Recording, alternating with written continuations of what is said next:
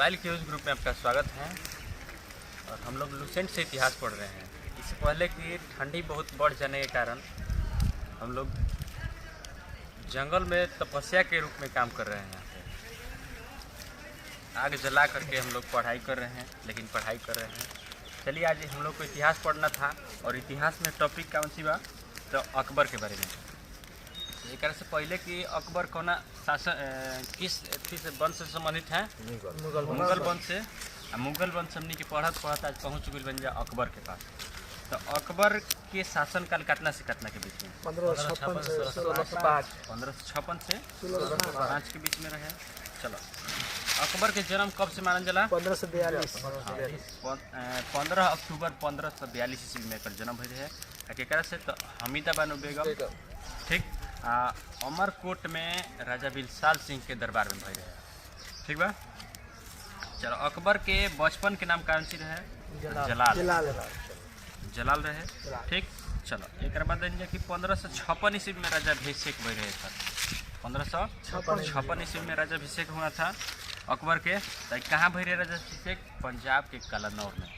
पंजाब के कलानौर में। वो घड़ी एक अकबर के शिक्षक के रूप में के रहे? तो अब्दुल लतीफ ईरानी। अब्दुल लतीफ ईरानी रहे। चलो, एक बाद कि जब गद्दी पर बैठा रहे तो एगो उपाधि ले रहे। तो उपाधि के नाम का है तो जलालुद्दीन महमूद अकबर बादशाह गाजी, यानी कि बादशाह गाजी के उपाधि धारण करके सब गद्दी पर बैठा रहे। ठीक बा। चलो, एक बाद हमने पूछने जा क्वेश्चन कि अब्दुल लतीफ ईरानी एक जब वो घड़ी शासक रहे तो एक संरक्षक रहन। तो संरक्षक के रूप में कौन थे? तो बैरम खा रहन। ठीक, जौन की कब से कब तक रहन? तो 1556 से लेकर के 60 ईस्वी तक बैरम खा के अथी में रहे। ठीक बा। संरक्षण में।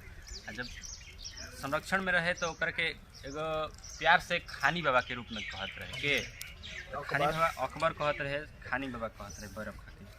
चलो, एक बाद पानीपत के दूसरी लड़ाई भई रहे 1556 ईस्वी में रहे। ठीक, 1556 ईस्वी में रहे। 5 नवंबर 1556 ईस्वी में पानीपत के दूसरा लड़ाई भई रहे। तो केकरा बीच भई रहे? हेमू तथा अकबर में भई रहे। और अकबर तथा हेमू के बीच में जो लड़ाई भई रहे तो अकबर के देवीय जीत मानल जाला। अकबर के देवीय जीत काहे कि हेमू जौन रहे एकदम लास्ट जीतिए गु रहे, लेकिन लास्ट में एगो तीर आके ओकर आँखें में लागल, जो चलते वही घड़ी मर गई। ठीक। चलो, एक बाद हमने के क्वेश्चन पूछला कि तीर्थ यात्रा, यानी कि एक मृत्यु जौन बैरम खा रहे, बैरम खा के मृत्यु कब हो गए है? तो तीर्थ यात्रा करे जात रहन, यानी कि 1556 से जब शासन 60 तक शासन में रहे संरक्षण के रूप में, तो सब अपन प्रभाव दिखावे लगत रहे कि बैरम खा, जोना के चलते अकबर नाखुश होके धीरे धीरे इनकर से दूरी बढ़ावे लगल। धीरे धीरे दूरी बढ़ावे लगल तो एक के दू ऑप्शन दिया कि या तो तू तीर्थ यात्रा करे चल जा, और नहीं तो तू एक जगह के शासक बन जा। ठीक। तो ये कहते कि ना हम तीर्थ यात्रा कर जाए। तो तीर्थ यात्रा करे जात रहन, वही घड़ी एक के मरवा दिल अकबर। ठीक। चलो, एक बाद तो तीर्थ यात्रा करे जाते रहे तो घर मुबारक खा के द्वारा एक मृत्यु कर देवल कब? तो 1561 ईस्वी में। ठीक। तब 61 ईस्वी में तो वो घड़ी हरम दल रहे। हरम दल के ही पर्दा प्रथा कह जाला। पर्दा प्रथा एक के अथका खेल भी कह जाला, एक के पेटीकोट शासक भी कह जाला। शासन तो पेटीकोट शासन के खत्म कैले रहे कि अकबर 1562 ईस्वी में। ठीक। 1562 पेटीकोट शासन हो रहे, महिलाओं के संरक्षण में रहते रहे घड़ी। ठीक। तो ओकर के पेटीकोट शासन कह जाते रहे। चलो, एक बाद हमने कहनी जाए कि हल्दी घाटी के युद्ध 18 जून 1576 के बीच भई रहे। तो महाराणा प्रताप अकबर के बीच भई रहे, जना में अकबर जीते रहे। अकबर के सेना के नेतृत्व के करते रहे? मान सिंह करते रहन। ठीक, मान सिंह करते रहन, आसफ खां दोनों करते रहसन। ठीक। हल्दी घाटी के रूप में जौन हल्दी घाटी के युद्ध में कुंभलगढ़ राणा प्रताप के राजधानी रहे घड़ी। तो राणा प्रताप की ओर से के रहत रहे, लड़त रहे? तो हकीम खासुर रहन। ठीक। महाराणा प्रताप के मृत्यु हो गई है कब? तो 51 वर्ष की अवस्था में 1597 ईस्वी में। कैसे हो गई है? तो धनुष के प्रत्यंत चढ़ावत रहन, तो घड़ी चोट लग रहे, वही घड़ी उनका मृत्यु। ठीक। चलो, एक बाद क्वेश्चन पूछला कि सबसे पहली बार गुजरात विजय करे गोल है वही घड़ी समुद्र तट देखले रहे के अकबर। सबसे पहला बार समुद्र तट वही घर देखले रहे। ठीक, चलो एक बाद हमने के कुछ और क्वेश्चन बढ़े, जैसे कि दीने इलाही धर्म के सबसे प्रधान पुरोहित केकरा कहा जाला? अकबर के कहा जाला।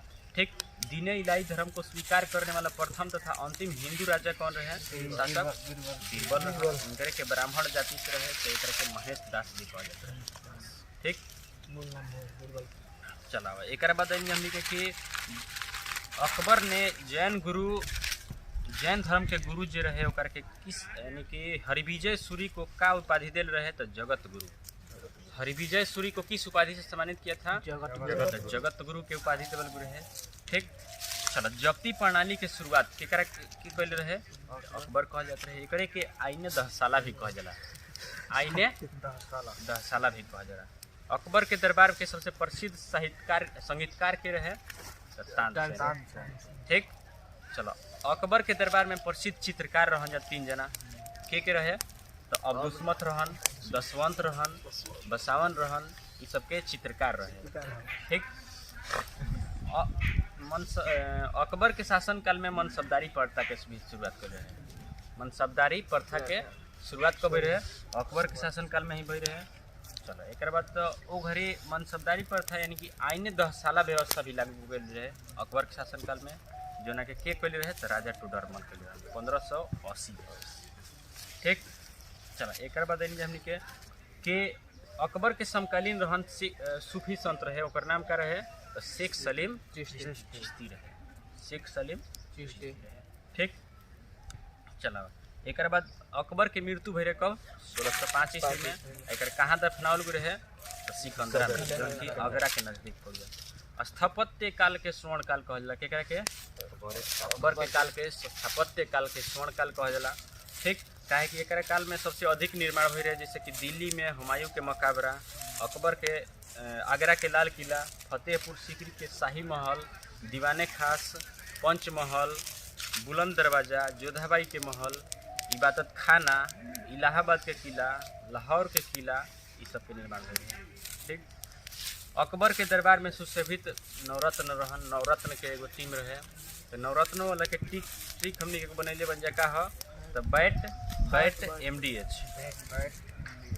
ठीक, चलो एक का होखेला? तो अबुल फजल, फैजी, तानसेन, बीरबल, टोडरमल, राजमान सिंह रहन, अब्दुल रहीम खान खाना, फकीर अजीउद्दीन रहन, मुला दो प्याजा, ये सब के रहे। तो अकबर के नवरत्नों में से रहन। तो जौन में एगो अबुल फजल रहन, 2 भाई रहन जा, तो दोनों भाई रहन जाएगी अकबर के नवरत्न। तो अबुल फजल के बड़ा भाई के नाम का रहे? फैजी रहे, जौन की राज कवि रहे अकबर के राज कवि भी रहे। चलो अबुल फजल रहे जौन एगो ग्रंथ के रचना कर रहे, जौन के नाम का है अकबरनामा। ठीक, अकबरनामा रहे। ठीक, चलो एक बाद जानिए कि तानसेन के बारे में। तो तानसेन के जन्म कब रहे? 1506 ईस्वी में रहे। ठीक, ग्वालियर में ब्राह्मण परिवार से जन्म भई रहे। इनकर वास्तविक नाम का रहे? रामतनु पांडे। जैसे कि कुछ कीर्ति रहे, जैसे कि मियाँ के मल्हार, मियाँ के टोड़ी, मियाँ के सारंग, दरबारी कंगड़हारा, ये रचयिता कौन थे? तानसेन थे। ठीक, तानसेन अकबर के दरबार में रहन। तो तानसेन रहन अकबर से पहले के कर दरबार में रहन। तो रीवा के रामचंद्र के दरबार में रहत रहन। ठीक, चलो एक बाद हमने कह जा कि एक इनकरे शासनकाल में हरिदास रहन। तो हरिदास के खाली बोलैले रहन अकबर।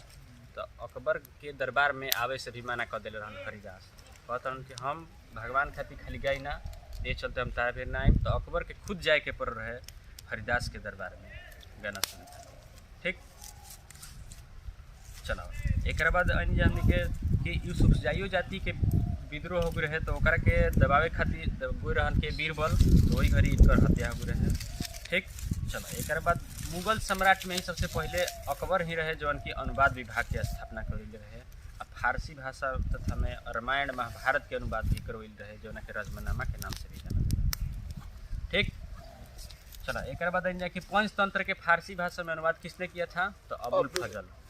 किस नाम से? तो अनवर ए सादत के नाम से कैले रहे। अनवर ए सादत। हिंदी भाषा के स्वर्ण काल कहल जाला, हिंदी साहित्य के स्वर्ण काल कहल जाला, ठीक बा। आ फारसी के स्वर्ण काल एकरा कहल जाला अकबर के शासन काल के कहल जाला। बीरबल के एगो उपाधि दिल रहे अकबर, कौन सी? तो कवि प्रिय। और नरहरि के किस उपाधि से सम्मानित किया था? तो महापात्र के उपाधि दिल रहे, ठीक। चलो आगे क्वेश्चन बढ़े कि बुलंद दरवाजा के निर्माण किस उपलक्ष्य में अकबर करवेले रहे? तो गुजरात विजय के उपलक्ष्य में करवेले रहे, ठीक। चलो चार बाग बनाने की परंपरा की शुरुआत अकबर ही कैले रहे। चलो अकबर ने श्री कलम के उपाधि किसे दिया गया था?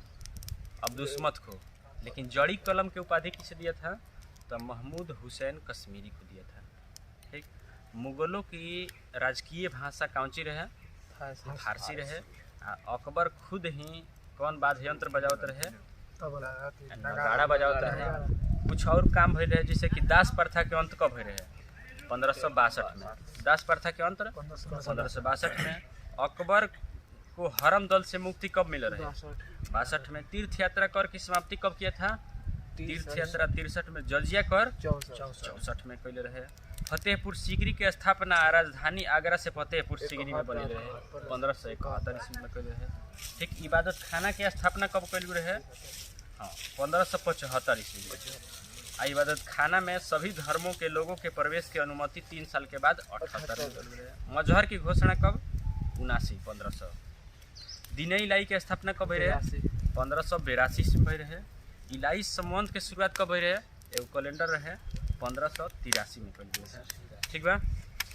1583 में राजधानी लाहौर में स्थानांतरित कैल रहे, कब? तो 1585 में कैल रहे। एक बाद हमने के नेक्स्ट टॉपिक एक में पढ़ दी जहांगीर के बारे में, ठीक। यदि आपको अच्छा लगे तो चैनल को लाइक, सब्सक्राइब और शेयर भी करें। धन्यवाद।